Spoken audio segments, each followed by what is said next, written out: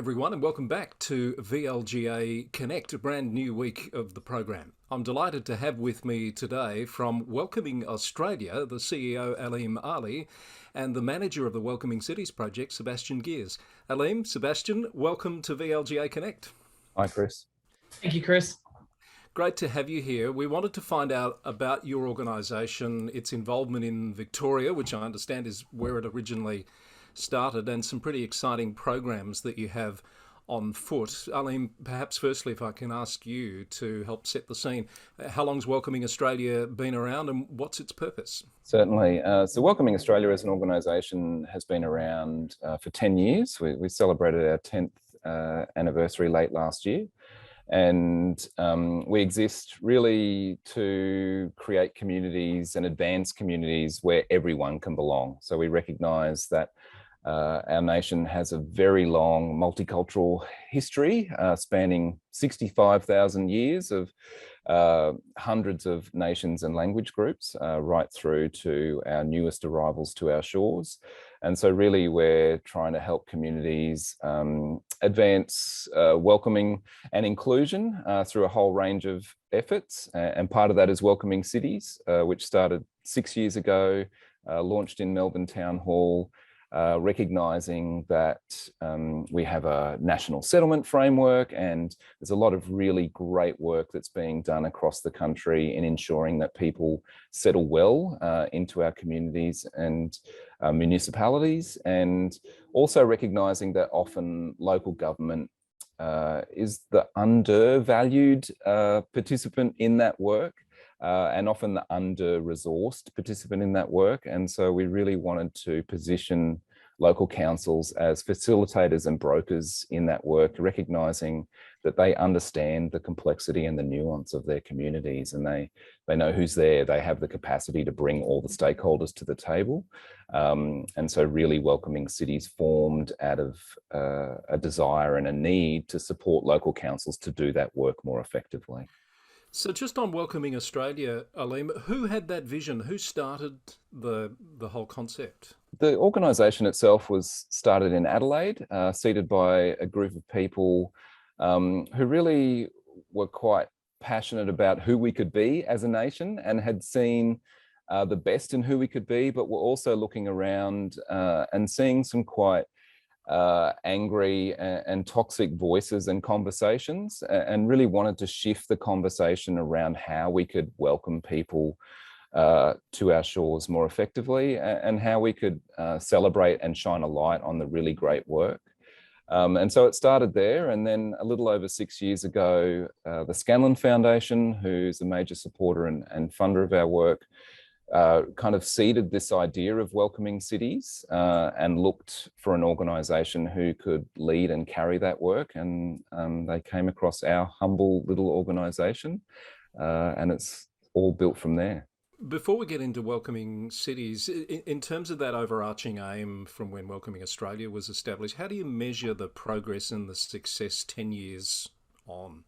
Yeah, it's a great question. And the Scanlon Foundation have been doing some really important work in this space around the Social Cohesion Index and the mapping social cohesion work that they've been doing for 12 years now. And so there's some really important and growing data and evidence base around that. And more recently, through our work, also trying to bring some rigor to that. So we have the Welcoming Cities Standard, which really benchmarks everything that a council does through that welcoming and inclusion lens. And we're starting to see a really growing body of work around that, documenting case studies, documenting resources, and sort of mapping that progress over time has been something that we've been really focused on. Okay, we might come back to you in a moment, Aleem, but I want to bring Sebastian into the conversation. As the manager of Welcoming Cities itself, Sebastian, I'm sensing that its roots are in Victoria. As Aleem said, it started there 6 years ago. Tell us a bit about the idea behind this particular project. Yeah, as Aleem mentioned, the idea behind Welcoming Cities is that councils really play that critical role. They know their community better than any other tier of government. and can provide the resources. And we've seen over the last 2 years, haven't we, how quickly local government can act and has acted in terms of knowing people, who to contact. And so often that's such a critical element of this work. And so Welcoming Cities really aims to help fill that gap, really support and champion the work of local governments in doing this work and to better resource them. One of the best ways we found of doing that is sharing stories and really highlighting and uplifting the people who are doing excellent work. So I think you said there's 19 Victorian councils that are members, correct, of Welcoming Cities. Does that correlate with those local government areas that are the more culturally diverse in the state? Yeah, absolutely. So there's many of those who you'd expect in terms of Dandenong and Hume and Whittlesea. There's also growing numbers of, I suppose, councils that you wouldn't expect so much. And cultural diversity is everywhere. You know, it's not that it's only in those likely councils, I suppose. And I think increasingly so, this is being seen as important for all councils to pick up on. So clearly there's scope for growth because there's another 60 councils in Victoria. When you talk to councils about why it's perhaps of value for them to be part of Welcoming Cities, how do you describe that value proposition? What do they get out of it? Yeah, absolutely. So there's 4 key pillars of Welcoming Cities. So one, Aleem's already mentioned the standard and accreditation process. So the ability for councils to look over our Welcoming Cities standard and sort of understand and benchmark their practice against everything that can be done. And often we find councils not only look at it and say, oh, wow, we're not doing so much in that area, but they also look at it and say, wow, we're actually much better than we thought here as well. The other is awards and celebrating success, as well as sharing critical research and information. So we often try and, I think much like yourself here, Chris, is share information and resources that are happening, but might not be easy to get down to the sort of people working at the local level. So we've talked about the Victorian context, Sebastian or Aleem. What about beyond Victoria? Where is the support for Welcoming Cities? Is it a growing thing in other states as well? It is growing. We've got 66 members nationally, representative of about 40% of the Australian population. And within that growth, and this is similar for Victoria as it is for other states, a growing number of regional, rural and remote councils. And so whilst traditionally, as Sebastian mentioned, the Dandenongs and the Humes and the other, notably culturally diverse councils have been involved and really grappling with that, rapid growth piece. That there's a lot of councils who are really looking at more around, how do we attract people to our regions? How do we keep them here? How do we create communities where they have a sense of safety and a sense of belonging? How do we ensure that our schools stay open and our small businesses continue to thrive, that people have opportunities to start small businesses? And so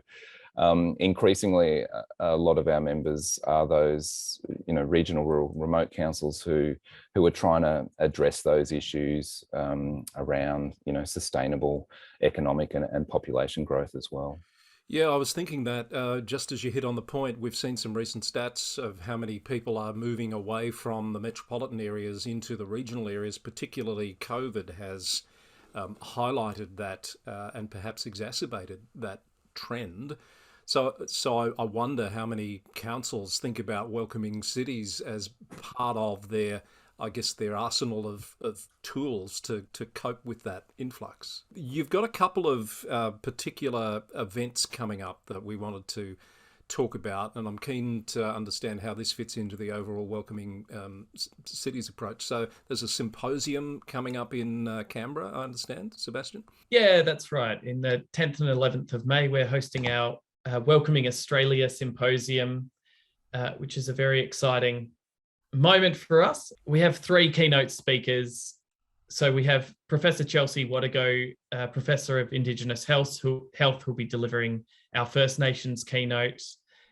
We'll have Professor John A. Powell delivering our international keynote, who is the director of the Othering and Belonging Institute at the University of Berkeley.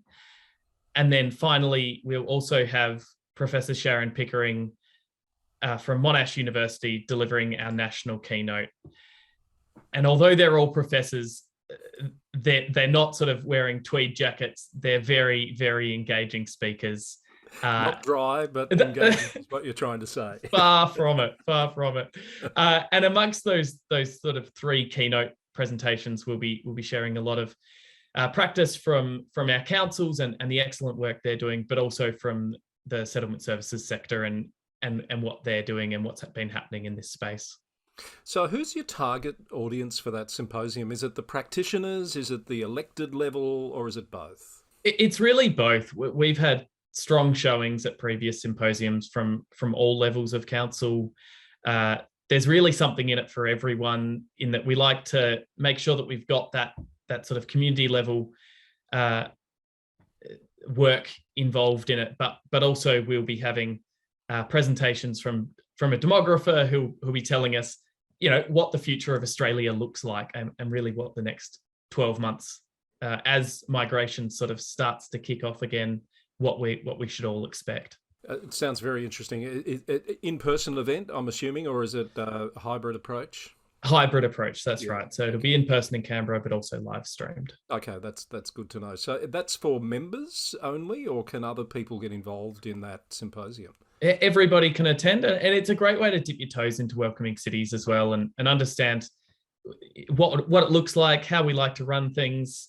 Members do get a discount, so I encourage anyone to join up if they haven't yet, before they come along. Aleem, talking about members, obviously you need more than just councils as your core members, as you describe them. There's a whole range of other organisations that are important for supporting your work. Can you talk a bit about who they are and what they bring to the table? Yeah, absolutely. We're very much about a whole of community approach in our work. And so councils are members of Welcoming Cities. More broadly, there's a whole range of other stakeholders who are supporters of the Welcoming Cities network. Peak bodies, VLGA has been a fantastic networker and supporter of our work. As well as other organisations, community agencies who want to get involved.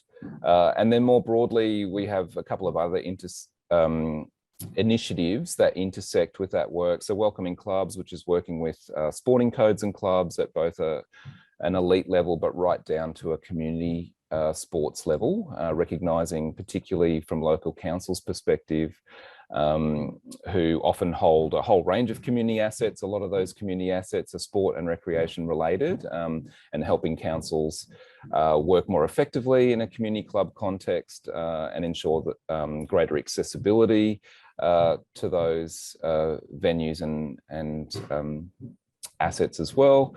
And then also relatively new is welcoming universities and recognising sort of the intersection of that work as well. So we have a number of universities involved in that pilot, University of Melbourne, La Trobe Uni, and both those councils work very actively with their respective local governments, recognising the important value of international students, but also, diverse students of all backgrounds as well. I know a lot of councils work closely with universities, particularly those that have a presence in their communities, but all councils work with clubs of different types. So I can see some really strong possibilities for connections happening there. Yeah, absolutely. And a lot of that work is really built off the success of Welcoming Cities and local councils really identifying for us, what they're grappling with, where the challenges are for them, but also where the opportunities are. And so that Welcoming Clubs work has really built